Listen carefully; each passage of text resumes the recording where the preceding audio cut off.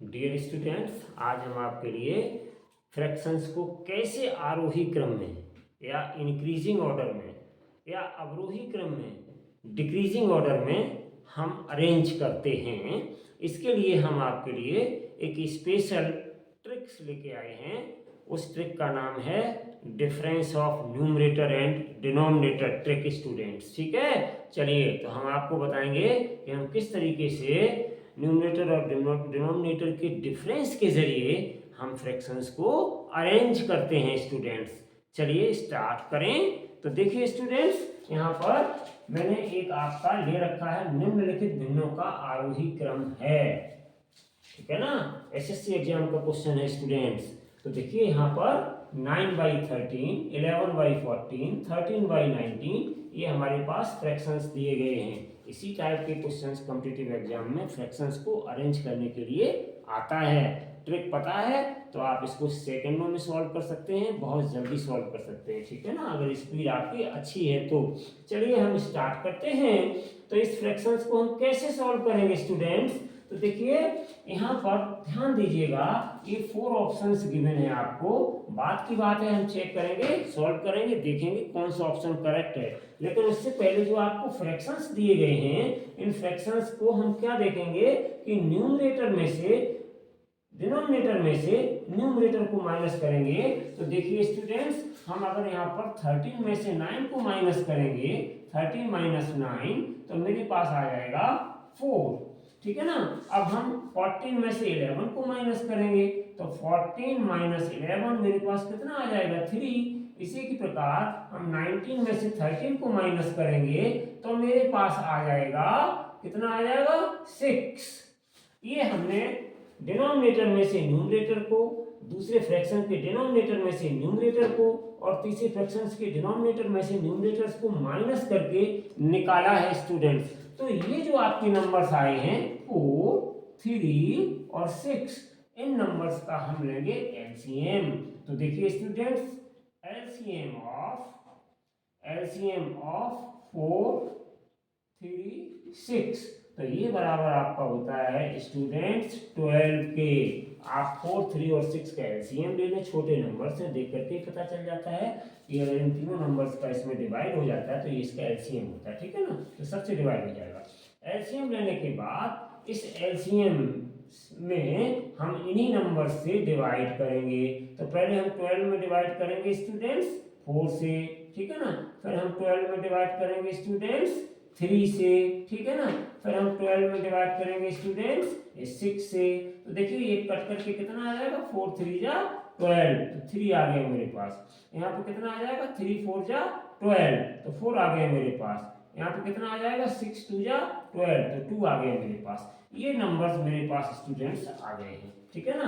अब हम क्या करेंगे इन नंबर्स का, कि जो ऊपर आपके न्यूमरेटर में नंबर्स रखे हुए हैं गिवन फ्रैक्शन में, उस गिवन फ्रैक्शन के न्यूमरेटर से बारी बारी से मल्टीप्लाई करते जाएंगे। तो देखिए किस तरीके से मल्टीप्लाई करेंगे। तो ये जो नंबर्स आपके आ गए 3 का हमने 3 कहाँ से लिया था? यहाँ से प्राप्त किया है, डिवाइड करके एलसीएम लेके सब कुछ करके। तो यहाँ पे 9/13 में 9 ऊपर है न्यूमरेटर में, तो हम 9 में मल्टीप्लाई कर देंगे स्टूडेंट्स इस 3 से। ठीक है ना, तो मेरे पास कितना आ गया? 27। कॉमन लगा दें। अब इस 4 का मल्टीप्लाई हम दूसरे वाली फ्रैक्शन के न्यूमरेटर से करेंगे, तो कितना आ जाएगा? 11 × 4, तो ये कितना आ जाएगा? 44। ठीक है ना। अब तीसरा वाला नंबर है आपके पास 2, ये 2 का न्यूमरेटर यहाँ से लेंगे 13, तो 13 में 2 से मल्टीप्लाई करेंगे, 13 × 2, तो कितना आ जाएगा? कॉमन लगा दीजिए, 13 × 2, तो ये कितना आ जाएगा? Equals to 26। अब देखिएगा मेरे पास 3 नंबर्स आ गए हैं। ठीक है ना। पहला नंबर मेरे पास, अगर आपको आरोही क्रम में इंक्रीजिंग ऑर्डर में अरेंज करना है इन सारे फ्रैक्शंस को, तो इंक्रीजिंग ऑर्डर का मतलब ये होता है पहले आपका छोटा फ्रैक्शन, फिर उससे बड़ा, देन सबसे बड़ा फ्रैक्शन। तो यहाँ पर हम क्या करेंगे कि सबसे छोटे फ्रैक्शन को पहले लाने के लिए, कि वो सबसे छोटा फ्रैक्शन कौन सा है, उसके लिए ये जो नंबर्स आपके आए हैं ट्रिक के द्वारा निकाल करके, डिफरेंस मेथड से निकाल करके लाए हैं, तो इनमें सबसे छोटा नंबर मेरे पास स्टूडेंट्स 26 है। इस 26 को कहाँ से लाए हैं? तो आप समझ सकते हैं 13/19 से लाए हैं स्टूडेंट्स। ठीक है ना। देखिए ध्यान से, 13/19 का हमारा क्या था डिफरेंस?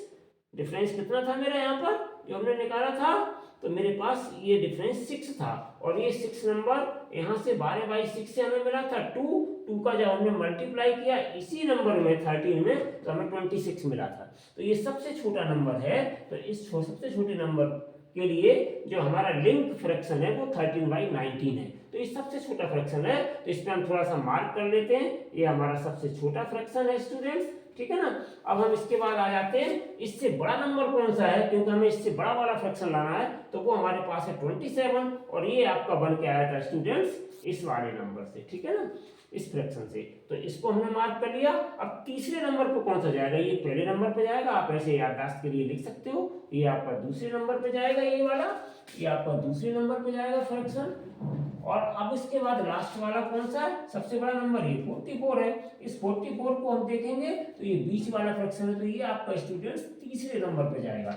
मतलब आरोही क्रम या इंक्रीजिंग ऑर्डर में नंबर्स को लगाने के लिए हम अब बिल्कुल पूरी तरह रेडी है स्टूडेंट्स। तो चलिए हम लगाते हैं अब इनको इंक्रीजिंग ऑर्डर में। तो इंक्रीजिंग ऑर्डर में लगा ही लेते हैं। तो मेरे पास देखिए क्या क्या आ जाएगा स्टूडेंट्स, यहाँ पे देखिए मैं इधर लिख देता हूँ, चेक कर लीजिए ऑप्शन में कि पहला नंबर हमारा 13/19 आएगा। तो ये पहले नंबर पे कहाँ पे लिखा है, तो देखिए स्टूडेंट्स यहाँ पे मेरा लिखा हुआ है, फिर यहाँ पे मेरा लिखा हुआ है, फिर यहाँ पे लिखा हुआ है, तीनों ऑप्शन पे यहाँ पे लिखा नहीं, तो ये तो आपका गलत ऑप्शन हो ही गया, ठीक है ना। अब हम आ जाते हैं कि 9/13 के बाद दूसरे 13/19 के बाद दूसरे नंबर पे जो फ्रैक्शन आएगा वो मेरे पास 9/13 है। तो 9/13 हम देखेंगे कहाँ पे मेरे पास, 13/19 तो यहाँ है, यहाँ भी नहीं था पहले ये 13/19, तो ये भी आपका गलत था।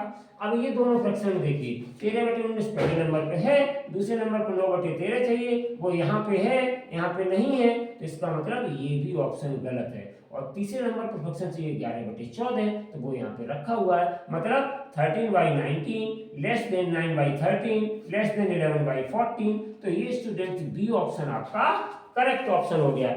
अगर स्टूडेंट्स हमें इसे डिक्रीजिंग ऑर्डर या अवरोही क्रम में लगाना है, तो इसके लिए हम क्या करेंगे, अवरोही क्रम हमारा कहता है कि घटते हुए क्रम में नंबर्स को घटते हुए क्रम में या फ्रैक्शंस को घटते हुए क्रम में अरेंज करना है। अब घटते हुए क्रम से क्या होगा कि सबसे पहले हम सबसे बड़ा वाला फ्रैक्शन लिखेंगे, फिर उससे छोटे वाला लिखेंगे और फिर सबसे छोटा सबसे बाद में लिखेंगे। तो इसका घटता हुआ क्रम क्या हो जाएगा स्टूडेंट्स, यहाँ पे सबसे बड़ा वाला फ्रैक्शन कौन सा था, नंबर 3 का, तो नंबर 3 वाला पहले आ जाएगा, ठीक है ना स्टूडेंट। फिर उसके बाद नंबर 2 वाला आ जाएगा, उसके बाद फिर नंबर 1 वाला आ जाएगा, ये सबसे छोटा फ्रैक्शन था। तो ये तो घटते हुए क्रम में ये आपके आंसर आ जाएंगे। मतलब अगर आपसे पूछा जाए कि निम्नलिखित भिन्नों का अवरोही क्रम है या डिक्रीजिंग ऑर्डर है, तो आप क्या आंसर देंगे इसका, 11/14, ठीक है ना, समझ गए स्टूडेंट्स। और ग्रेटर देन का साइन आ जाएगा, इसके लिए कौन सा साइन आ जाएगा, ग्रेटर देन का साइन आ जाएगा। इस तरीके से आंसर देंगे कि 19 देखिए सबसे बड़ा ये फ्रैक्शन है,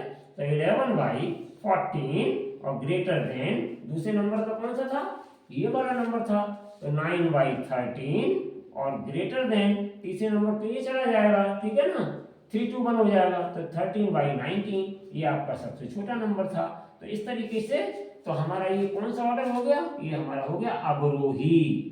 तो अगर अवरोही क्रम में पूछते तो इनके अलग ऑर्डर देते, और आरोही क्रम में पूछे उसके लिए ये क्वेश्चन दिया था, तो आपका फिर ये वाला आंसर स्टूडेंट्स सही हो जाता अवरोही क्रम में। तो उसी हिसाब से यहाँ पर ऑप्शन दिए जाते हैं स्टूडेंट्स, ठीक है ना। हालांकि ऑप्शन दिया गया है, सी ऑप्शन आपका करेक्ट हो जाएगा अगर यहाँ पे अवरोही क्रम आपसे पूछा जाता तो ये एसएससी एग्जाम का क्वेश्चन था, बहुत पूछा जाता है, अदर कॉम्पिटिटिव एग्जाम में भी आता है स्टूडेंट्स। तो आई होप है कि आपको स्टूडेंट्स बड़े अच्छे से समझ में आया होगा। अगर आप हमारे चैनल को, वीडियो को लाइक करते हैं तो आपसे निवेदन है कि उसको लाइक शेयर सब्सक्राइब जरूर करें। Thank you for watching this video.